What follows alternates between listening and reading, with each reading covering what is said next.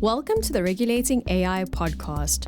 Join host Sanjay Puri as he explores the dynamic and developing world of artificial intelligence governance. Each episode features deep dives with global leaders at the forefront of regulating AI responsibly, tackling the challenges using AI can bring about head-on and enabling balance without hindering innovation. Welcome to the Regulating AI podcast.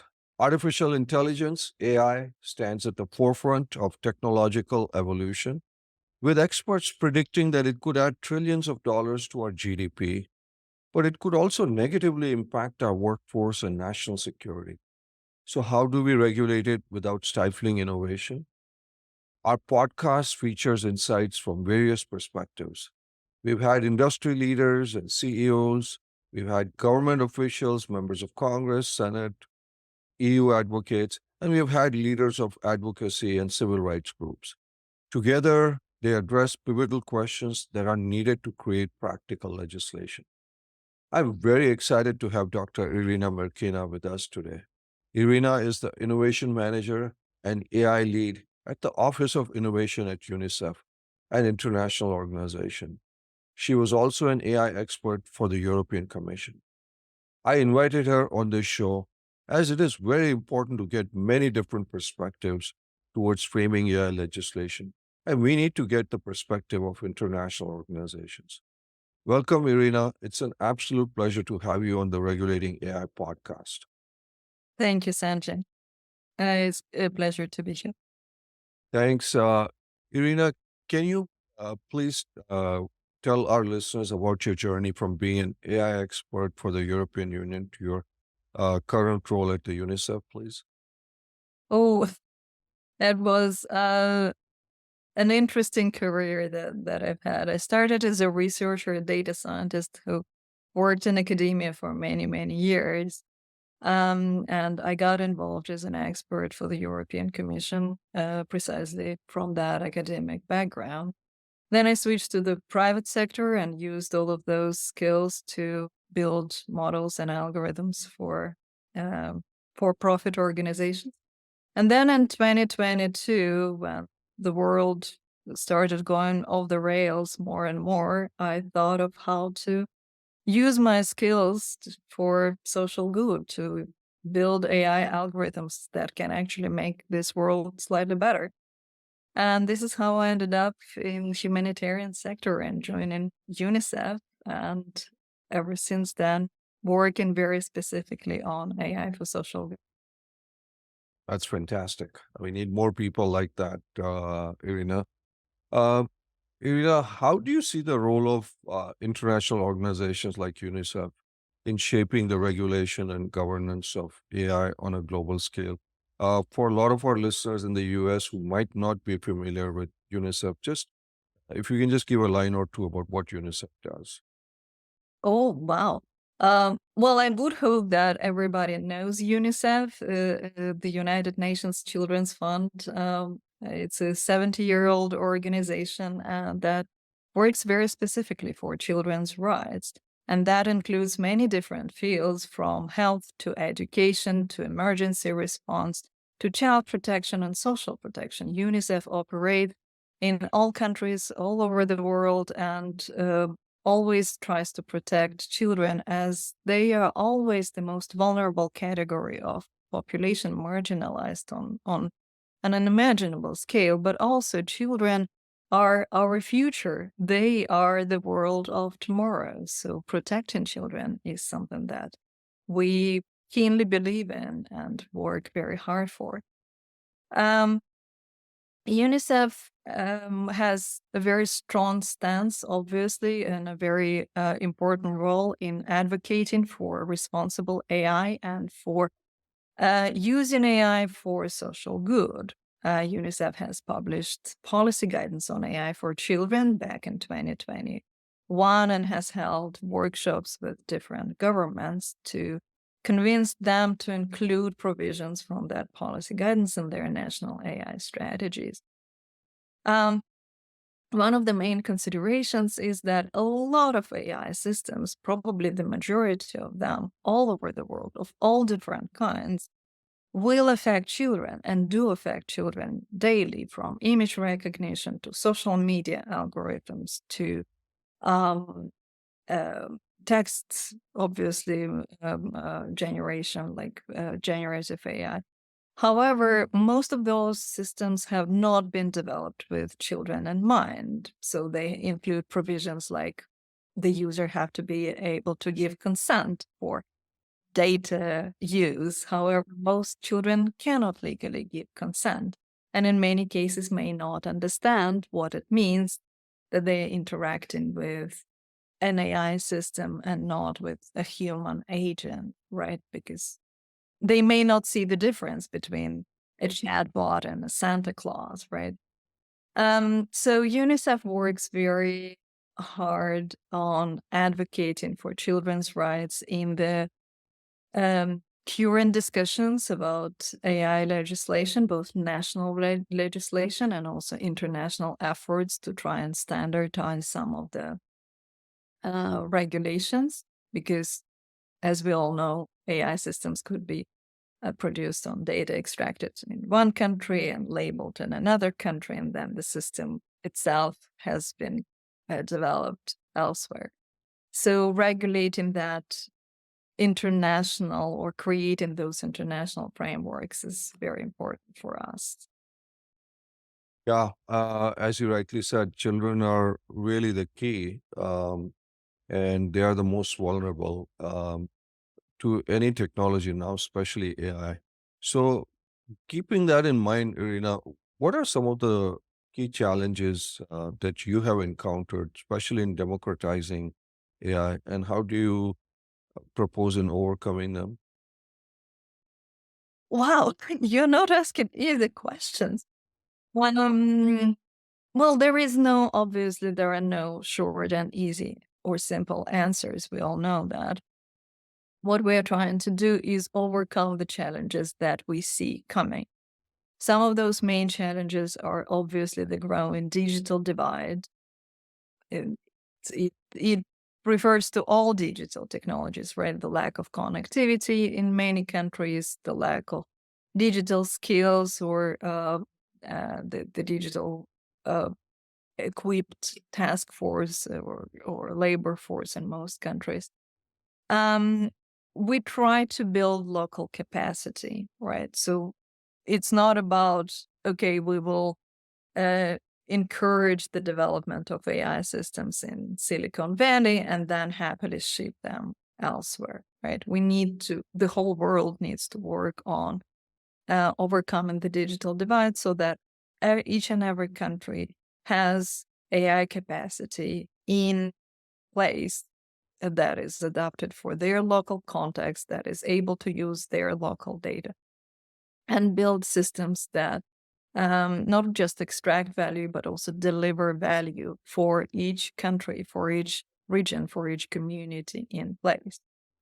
Overcoming that digital divide is not easy. We have been working on it for many, many years, and it feels like that job is never done. There are different modalities that we employ.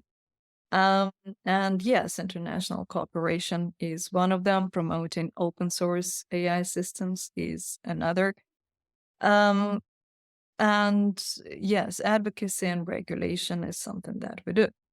We also just invest in local AI solutions. We have a venture fund at the Office of Innovation that invests in startups that will deliver solutions that advance UNICEF missions, but also help develop in the local AI capacity and kind of develop digital skills for the people who will use those systems. Wow. So just to unpack, you said some very, very important things. Oh my gosh. Firstly, digital divide.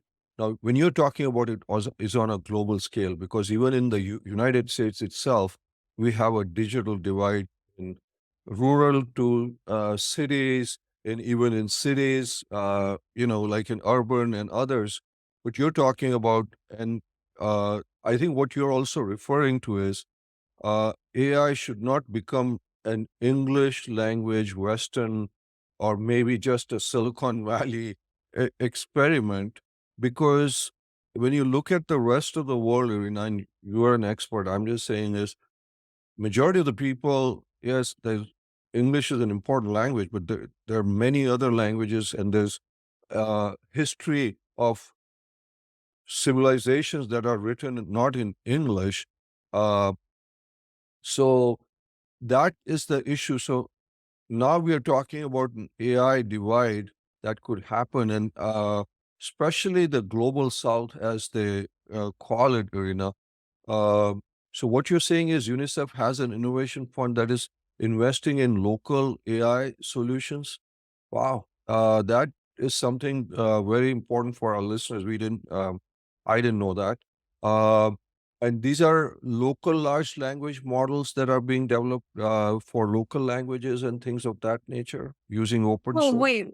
we don't work just with the large language models. We support all types of AI that might include systems for machine translation, that could include systems that do use generative AI, for example, for helping to develop lots of content for teachers that they can use in the classroom. As you rightly said, there is a dire lack of models that work with other languages than English, right? For low resource languages, that is a problem that we are trying to overcome. However, we also invest in other systems in health and education, in emergency response that go beyond just language models. But they all struggle with the same type of problems, which would be, yes, they all build, or they all are built for the Western English speaking democratic societies with a very particular set of values, which is very American based, right?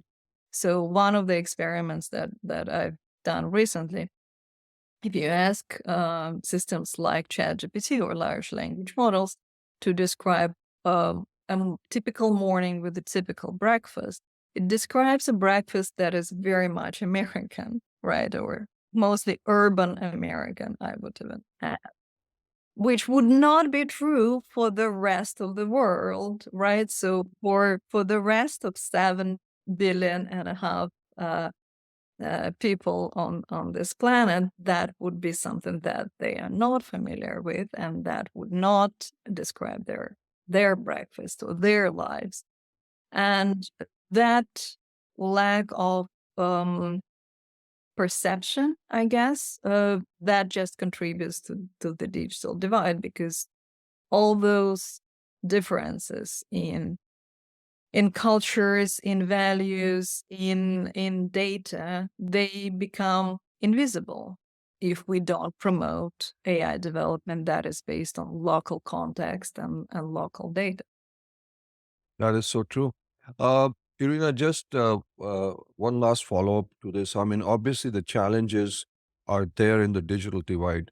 But the big thing, and we've had many education experts that have come in on the show, and they say one of the biggest opportunities personalized education using AI, in the sense, Irina, what you have skills different than me or than anybody else.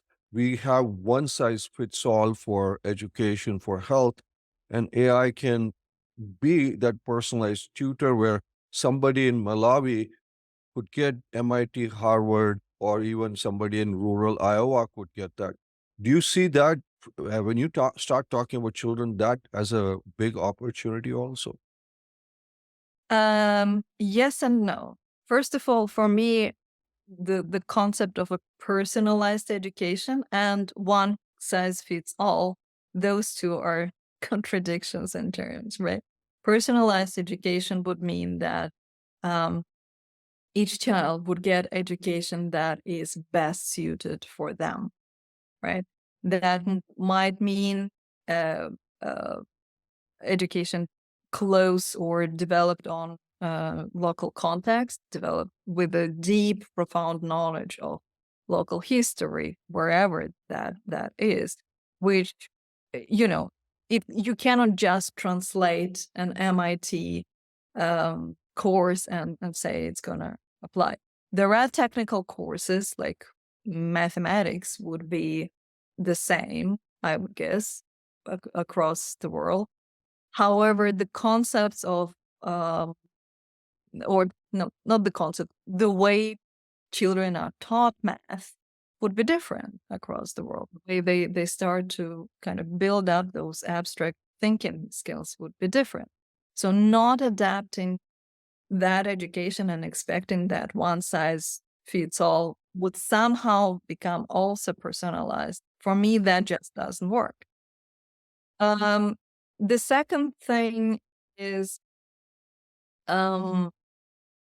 there are great things with personalized education that enable, for example, teachers to focus on the human, the connection parts of education, on encouraging children to learn, on inspiring them to develop their concept thinking, abstract thinking, on actually delivering education that is, building their life skills.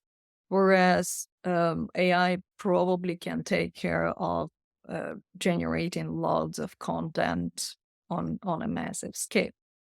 However, for me, AI should not be a replacement for teachers and should not be kind of the only option available to children, because that is also dangerous. On the one hand, yes, AI is an endlessly patient tutor that will read the same story for you 300 times again and again and will never tire. And that's fantastic. Maybe that's what the child wants. On the other hand, maybe the child needs the right to make mistakes and the right to mess around and to play and to be creative.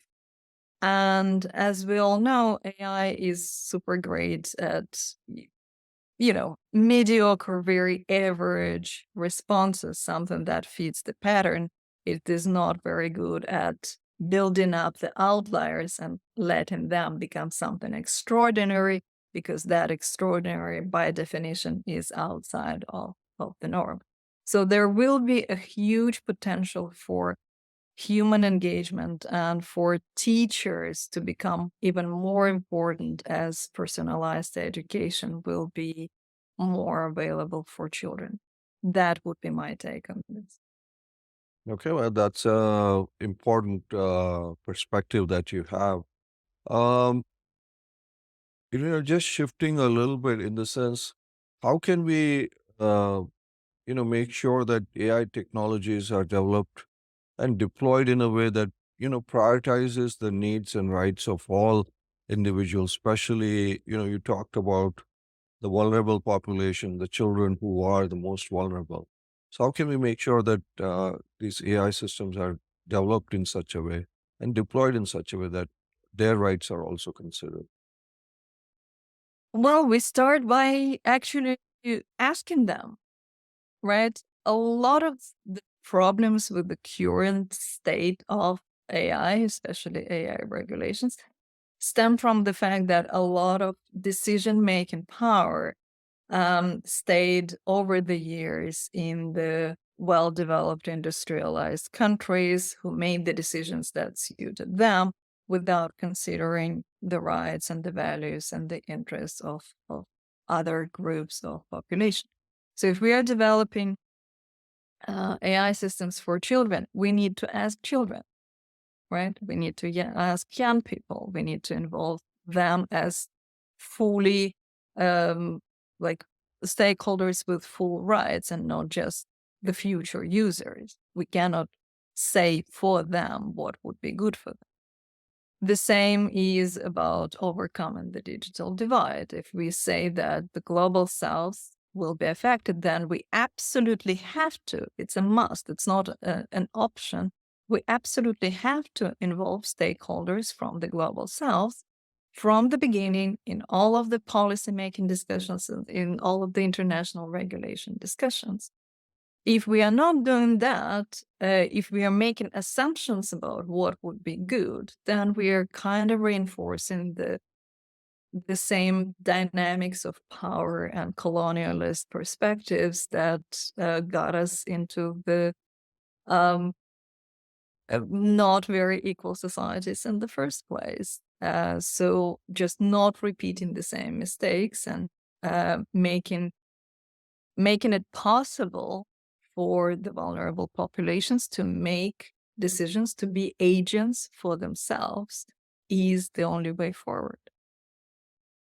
So you made 2 points. One is obviously talking to the children. When you said talking to the children, in some ways it's talking to organizations that represent the children, group, right?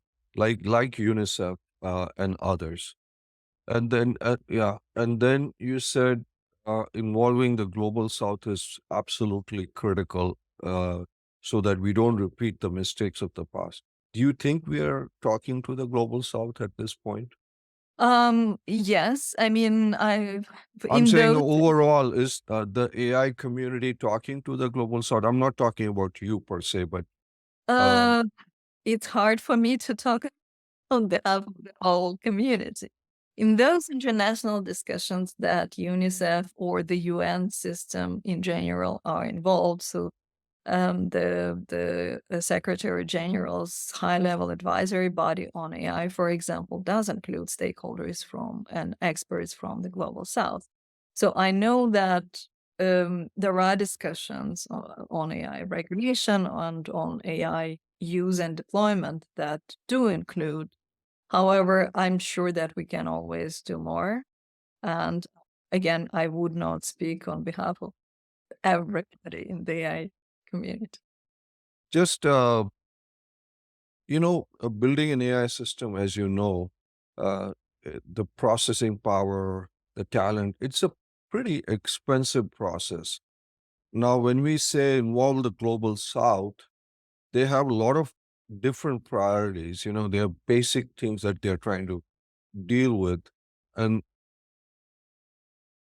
how does one, I'm just trying to figure out, we have to say, hey, invest hundreds of millions, if not billions of dollars in building your localized AI systems while you have, basic fundamental things, because I don't think people are going to win elections based on, hey, I built the first localized AI system. So I'm just, again, this is just something because you raised some very interesting points. I'm just trying to think how that kind of plays out. Um, Irina, are there any examples or initiatives or projects where AI has been used for some humanitarian challenges within UNICEF? Yes, for sure. And it actually kind of illustrates really well, I think, your point. It's very hard for many countries, and particularly uh, for at the community level or regional level, to develop their own AI systems. So when we say that we support open source AI development, that is also our commitment to making sure that, the systems, the data, the models will become available after they have been developed in one context for one stakeholder. Somebody else can use them to solve similar type of challenges and problems without spending all that money all over again to develop their own solution. Um, some of the successes, I mean, I can brag probably for the rest of this podcast just about the things that we have done. But we have a system that maps pockets of wealth in the Philippines, and that has been scaled for more countries ever since, trying to help social protection um, division to discover where are the people in need versus what the government statistics says. Okay, this is a wealthy neighborhood. You don't need to engage there. We have machine translation algorithms that help us to, again, um, there is a lot of critical information that UNICEF produces or needs to deliver to people all over the world. And we obviously produce it in the 5 official UN languages, but there are many more languages that people need information in. So just the ability to scale that in some of the most critical situations, sometimes in the humanitarian response for the volunteers and emergency responders, that is just something that has been very critical for us. We develop a lot of predictive analytics and forecasting for predicting natural disasters and particularly cyclical natural disasters such as droughts and floods, and developing early warning systems so that people can get out of the dangerous areas. We have a wonderful initiative called GIGA that UNICEF has together with the International Telecommunications Union that maps every school location in the world to connect each of those schools to the internet so that children have access and teachers have access to the wealth of knowledge and wealth of information that they otherwise would not have. So again, using AI for social good, for mapping schools is something that has had an immense impact because the government statistics in many cases missed those schools and did not count on schools in remote areas. I can give you more examples, but I think it's easier if I just refer people to the Office of Innovation website at UNICEF, and we have stories and reports that we are very, very proud of, where we can really see the impact that responsible AI development can deliver. Well, you have, as you said, you have many, many areas that you have been working on, which are very, very impressive. And people can obviously check them out on your website. But thank you for that information. Uh, what role do you see for civil society and grassroots uh, movements? Basically in influencing AI regulation and policy making. Do you see a role for those kinds of organizations? Um, for sure. I mean, again, civil society representing their own grassroots interests are vital stakeholders in, and should be vital stakeholders in all discussions on AI regulations and AI deployment. It is thanks to them that we have um, advancements in legislation such as the European Union AI Act and the executive order in the US that have actually um, taken the societal perspective rather than the big tech perspective that was more about, okay, protecting innovation or protecting the right for those companies to earn a lot of money. Grassroots organizations have a better understanding of what are the complex issues on the ground, so they're also much better at formulating challenges that could be solved with AI, particularly if they can partner up with international organizations or big tech partners. And they most certainly have a strong role in just advocating for responsible AI use and um, responsible development, not just use, that would benefit everybody, would benefit societies and particular groups of people, right? So again, I would try and avoid speaking on behalf of everybody, right? Where we need civil society is that people with lived experience, people with particular perspectives can bring those perspectives, and so that they are heard and their perspectives could be taken into account in the decision making process. That includes obviously organizations that work for people with disabilities, that work for the LGBTQ rights, that work for the rights of women and children, obviously. And do you think a lot of them are getting a seat at the table right now? People with disability, uh, rural, and all these other people, because that's what our podcast is. We've had education people, we've had manufacturing companies, all the people. But what your view? Are they getting a seat at the table, or at least their views heard? Again, I feel that my point of view is a little skewed because I see the best examples of what could be Good. possibly, Well, we right? want to see the best too. Yes. So UNICEF has its own, for example, disability inclusion strategy, and we involve people with disabilities in the documents and providing their perspectives in whichever strategies or projects we develop. Whether or not that is true for the whole world, it is hard for me to say. But then again, I'm a firm believer in leading by example. If the world can see many organizations doing the same, it will be like, okay, you don't have an excuse to not involve civil rights organization in your decisions. So I'm sure that, or I hope that this will be a positive trend where they do get a say in everything. I sincerely hope that. Um, Irina, you mentioned that at least from what I understand, I could be wrong, that you're a big supporter of open source systems for AI.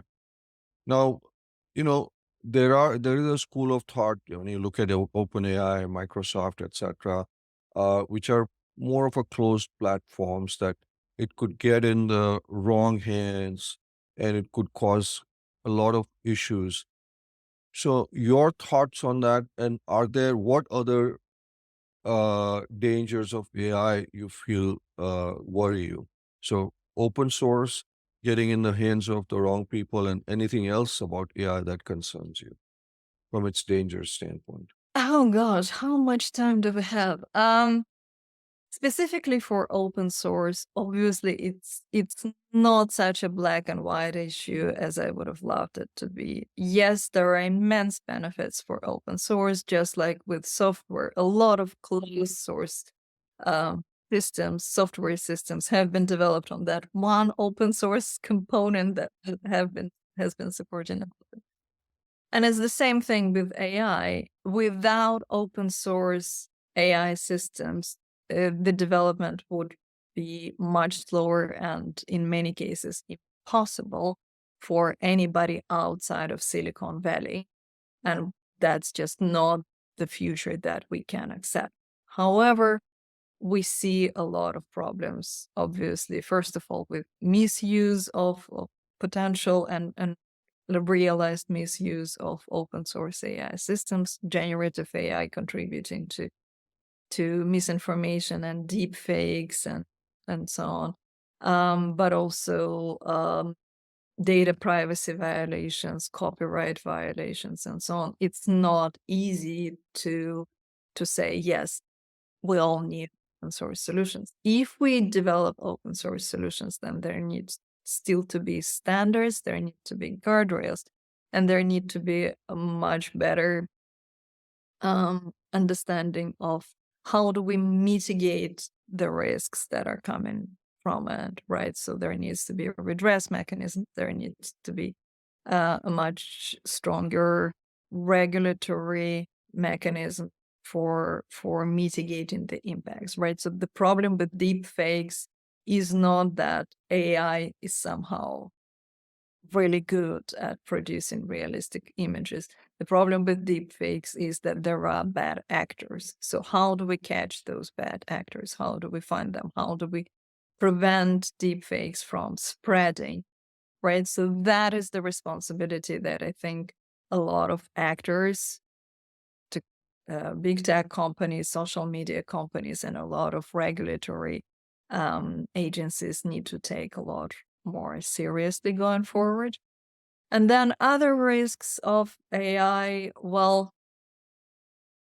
I'm obviously very worried about discrimination and AI just contributing to the increase, kind of scaling up all the existing inequalities, and that includes gender inequality, that includes racial and ethnical inequality. So for me, that blind trust in the technology being neutral simply because it's a machine, that kind of takes me, makes me spiral into, oh no, we should prevent that from happening. But also, like, very specifically, and that might be one pet peeve of mine, but something that I've seen quite a lot over the past year as generative AI became more and more prevalent, and that is the tendency to or make conversations about AI sound as if they are human, and they're not. They're not intelligent. They don't have more intelligence in them than a calculator, right? It's just a probabilistic machine. So whenever I hear the talk about AI machines gaining consciousness or being close to gaining consciousness, um, that is, on the one hand, like, that takes us a little too far into the sci-fi conversations, which may not be productive.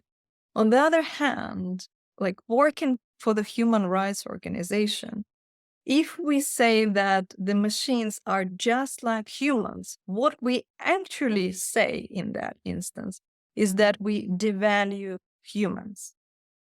What we actually say is that there is no more value in a child's rights or a woman body than there is in a chatbot or a virtual assistant.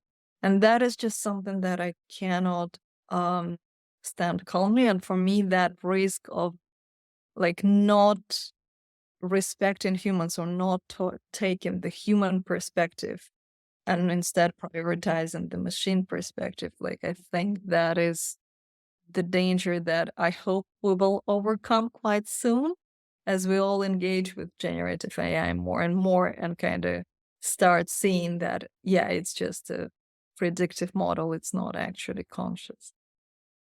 So, from a danger standpoint, it's obviously open source without standards, is what you said. Deep fakes, uh, growing inequality, and discrimination. Well, those are some of the big ones. I'm sure there's a long list um, there.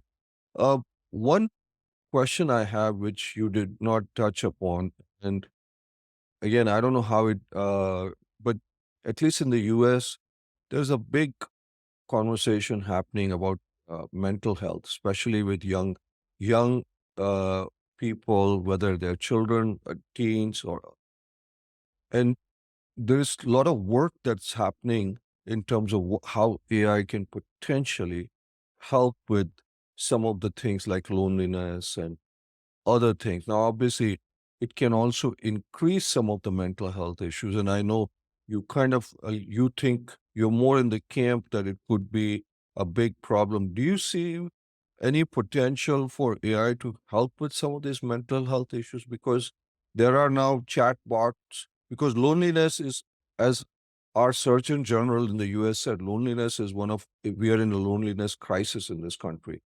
So there are now chat bots that are like human, which have got like 20 million plus users. That tells you the status of where we are at. So, just one quick thought on that in terms of children that you have talked about, the vulnerable population and mental health. Um, it's a very sensitive issue. On the one hand, obviously, loneliness is a crisis, and not only in the US, and loneliness is not the only mental health issue that affects all people all over the world. In many countries, there are not enough mental health services. So in the US, at the very least, like, whether or not you can afford it, that's another topic. But at the very least, there is a developed therapy industry, right? In many countries, there is either a stigma around mental health or just not enough specialists to go to. So I understand very well the need for more mental health support and how people think of, okay, whatever it is, maybe a chatbot can be used, right? Just to solve that access issue and the availability and the affordability issue of mental health services. However, for me, this ties in with the risks of making or thinking of AI systems as anthropomorphic, right? As if they're human when they're not. And I know what it's like to need mental health support and to want to talk to someone about, the issues that we are facing. I think it's very important, a very important part of a human experience to talk to a friend, to talk to your family, to talk to, I don't know, priest or therapist. However, with chatbots, I have a problem, first of all, on the data protection side. A lot of the chatbots that are on the market do not give the guarantee that they do not save your data or where those data that you're sharing go to, which from a children's rights perspective, that's a nightmare waiting to happen. And the second part is a lot of the chatbots, even if they say, okay, I'm a chatbot, you need to be aware that you're not talking to a human, they still imitate human speech or human patterns of behavior, but they're not actually feeling the feelings. They're not actually providing the empathy. They're not providing the support. They're simply replicating language patterns. And that lack of the actual understanding, for me, carries a risk that they are actually might make it worse for people who try to get support from a chatbot, right? You never know whether the response that you are getting would be correct or whether a chatbot would say something completely inappropriate. And as an adult, you might be able to gauge what is or is not supportive in a certain context. For a child, they would take it all at face value. And that is, if it's not helpful, if it actually has a detrimental effect, then that would exacerbate the mental health crisis rather than solve it. So for me, while acknowledging the difficulties with access and affordability and mental health stigma, I think we need to be a lot more careful when saying, yes, AI can be a solution there. What kind of solution? That's a question. Chatbots are probably not. Okay. So you're not convinced about at least at this stage, about the use. Um, Irina, you work for an international organization. As you know, uh, the EU is working on its UAI Act. The UK has its uh, safety initiative. The US is trying. We have an election year, so we'll see what happens. What are your thoughts on the importance of international collaboration and standardization efforts as far as regulations on AI is concerned? Oh, it's very important that we standardize and kind of find a way to find provisions in the legislations of all countries, right? Not just a selected few, but for the whole world. And the UN is doing a lot. So the Secretary General has the high level advisory body that is going to develop a framework for this, but also the UN system in general is contributing to this. And I'm going to mention UNESCO, UNICEF, and ITU who are doing a lot for this. For me, the main need for the international regulations and the international harmonization of standards for AI audit for AI, deployment for AI risk management comes from the fact that we've mentioned in the beginning that a lot of systems, they don't know borders, right? They are not limited by the national borders. Just because the system has been developed in the EU or elsewhere does not mean that it's not going to be deployed in the US. So if something goes wrong, right, if that system discriminates or if it provides incorrect outputs, who is going to bear the responsibility? How we are going, which standards from which country are going to apply? And if we look at other technologies, like the history of how regulations and international standards have been developed, we know that, 100 years ago, cars were this big new shiny thing and everybody was super excited about it.